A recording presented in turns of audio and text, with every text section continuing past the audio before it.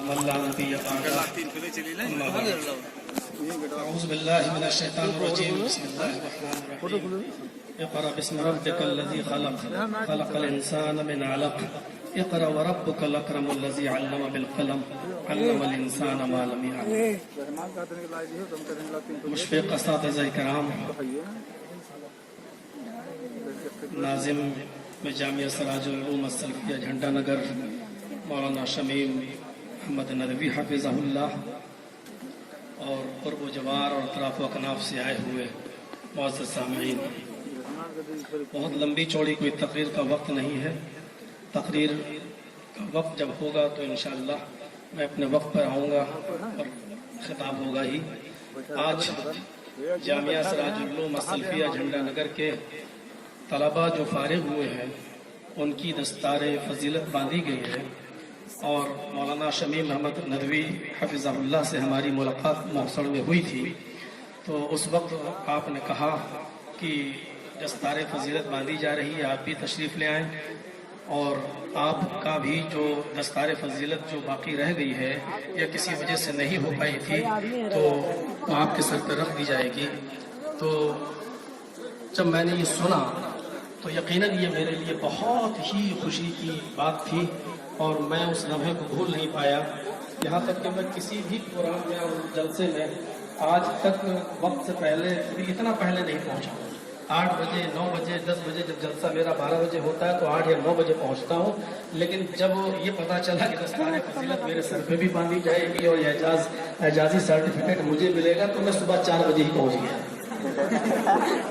آپ یقین مانیے میں کبھی کسی جلسے میں اتنا پہلے نہیں پہنچا، لیکن آج یہ ہمارے لیے واقعی بہت بڑی خوشی کی بات ہے، کیونکہ میں پہلے بھی طالب علم تھا، آج بھی طالب علم ہوں، اور مدرسے کے جامعہ کے طلباء کے ساتھ بیٹھ کر بخاری شریف کا درس اور آخری حدیث کا درس شیخ الجامعہ خورشید احمد سلفی حفظہ اللہ کی زبان مبارک سے سنا تو آج مجھے وہی 20 سال پرانا اپنا طالب علمی کا وہی دور یاد آیا. کسی وجہ سے جو سند فراغت نہیں مل سکی تھی آج وہ بھی پوری ہوئی اور وہ بھی مجھے ملی.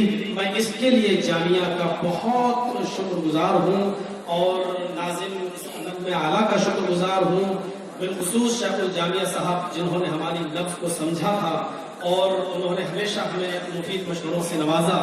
مجھے اس وقت دعا ہم سب کو کرنی چاہیے مولانا عبدالرؤف رحمانی جھنڈا نگری رحمت اللہ علیہ کے لیے. یقیناً وہ ایک نبض شناس شخص تھے جنہوں نے میری نبض کو سمجھا، اور ہر جمعرات کے دن مجھے بھیجا کرتے تھے پروگرام کے لیے، اور جب بھی لوگ آیا کرتے تھے تو وہ کہتے تھے کہ میرے مدرسے کے اس طالب علم کو لے جائیے. مجھے یاد ہے کہ ایک مرتبہ جب ان کی طبیعت زیادہ علیم تھی تو جامعہ سراج العلوم السلفیہ جھنڈا نگر میں مجھے جمعے کا خطبہ دینے کے لیے انہوں نے مجھے حکم دیا. تو میں نے بہت کہا کہ رہنے دیجیے، میں اساتذہ کے بیچ میں اور اتنے اہل علم کے بیچ میں کیا خطبہ دوں گا. تو انہوں نے کہا نہیں، یہ میرا حکم ہے کہ آپ کو جمعے کا خطبہ دینا ہے. اور جب میں نے جمعے کا خطبہ جامعہ سراج العلوم السلفیہ جھنڈا نگر کے ممبر اس کی مسجد سے دیا تو خوش ہو کر مولانا عبدالرؤف رحمانی جھنڈا نگری رحمت اللہ علیہ نے مجھے اپنی تصنیفات اور تالیفات جتنی انہوں نے لکھی تھی پورا ایک سیٹ مجھے انہوں نے گفٹ کے طور پر دیا تھا، اور کہا تھا کہ یہ بچہ ہمارے جامعہ کا نام روشن کرے گا. مجھے جب سند فراغت نہیں ملی تھی تب بھی میں اپنے آپ کو سراجی لکھتا تھا، 20 سال سے لکھتا چلا آ رہا ہوں، انشاءاللہ آئندہ بھی سراجی لکھتا رہوں گا. اور میں اپنے اساتذہ کے سامنے یہ وعدہ کرتا ہوں کہ انشاءاللہ جامعہ کا سر کبھی ہم شرم سے جھکنے نہیں دیں گے. ہمیشہ انشاءاللہ جامعہ کے لیے جو بھی ہو سکے گا میں کروں گا اور جامعہ کا نام روشن کروں گا، اور دعا کرتا ہوں کہ اللہ رب العالمین اس جامعہ کو دن دونی اور رات چوگنی ترقی عطا فرمائے. میں اپنے ان تمام ساتھیوں سے جو اس وقت فارغ ہو رہے ہیں بس 2 منٹ کی ایک بات میں کہہ کر ختم کر دینا چاہتا ہوں، ایک مشورہ دینا چاہتا ہوں کہ آج جو سند فراغت ہمیں اور آپ کو جو ملی ہے اس کا یہ مطلب نہیں کہ ہم بہت بڑے عالم بن گئے. ابھی تو ایک لائبریری کی کنجی ہمیں دے دی گئی ہے، اب مطالعہ کرنا ہے اور آگے بڑھنا ہے. اس دستار فراغت کو جو ہمارے سر پہ کپڑے کی شکل میں بندھی ہوئی ہے میں اس کو ایک کفن کی شکل میں دیکھتا ہوں. گویا کہ ہمارے اساتذہ نے یہ سر پہ باندھتے ہوئے کہا کہ اس دین کی راہ میں نکل جائیے، کوشش کیجیے، اسلام کی دعوت و تبلیغ میں لگے رہیے، اور اس راستے میں اگر آپ کو موت तो उसकी परवाह नहीं करना, क्योंकि कफन मैंने आपके सर पे बांध दिया है। हमने इसको इस नतीजे से लिया है। मैं एक बार नेपोलियन को पढ़ रहा था, आखिरी बात को कहकर मैं खत्म करता हूँ कि नेपोलियन को मैं पढ़ रहा था, उसने एक बहुत बड़े बिजनेस में जब वो नाकाम हो गया नेपोलियन, तो उसने अपना बिजनेस छोड़ देने की कसम खा ली कि मैं बिजनेस नहीं करूंगा। रो रहा था, लेकिन वो एक कुर्सी पर बैठकर अपने पुख्ता मकान की तरफ उसकी दीवार पे देख रहा था। एक चींटी उसकी दीवार पर एक स्वीट रखी हुई थी, मिठाई। वो चींटी उस मिठाई को पाना चाहती थी, उस मिठाई को पाना चाहती थी, लेकिन दीवार पे चढ़ती थी गिरती थी, दीवार पे चढ़ती थी गिरती थी। नेपोलियन ने जब गिनना शुरू किया तो 21 या 22 मरतबा वो चींटी दीवार पे चढ़ी और गिरी, लेकिन 22 या 23वीं मरतबा में वो दीवार को चढ़ जाती है और उस मंजिल तक पहुंच जाती है जो उसका मकसूद था, यानी कि उस स्वीट तक, उस मिठाई तक पहुंच जाती है। नेपोलियन ने फौरन यही से नतीजा निकाला और कहा कि एक चींटी जब बार बार मेहनत करके अपनी मंजिल को पा सकती है, तो मैं बार बार अपने मकसद में नाकाम होकर बार बार अगर मेहनत करूं तो मैं अपने मंजिल में कामयाब क्यों नहीं हो सकता। अजीज तलबा, आप मेहनत करिए, नाकाम होंगे फिर मेहनत करिए। नाकामयाबी कामयाबी का पेशखेमा हुआ करती है। आप ये सोचिए और आपकी नजर मंजिल पर होनी चाहिए कि हमें, जैसे मेरा एक नजरिया था कि मुझे खतीब बनना है, मुक़र्रिर बनना है, और आज अल्लाह तबारक व तआला का शुक्र है कि उसने मुझे छोटा मोटा मुक़र्रिर या खतीब की शक्ल में बनाया।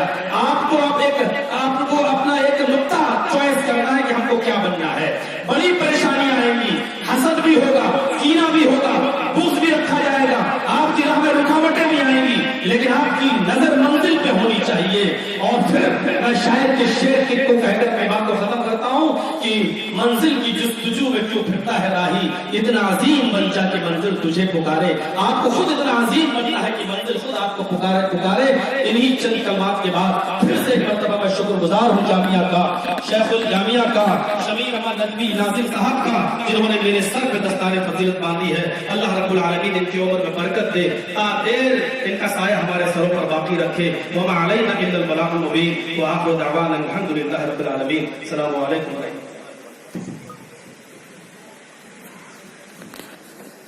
मैं अपने इस जामिया के ताल्लुक़ तहसील इस होनहार शागिर्द का शुक्रिया अदा करता हूँ, उनके जज्बात की कदर करता हूँ।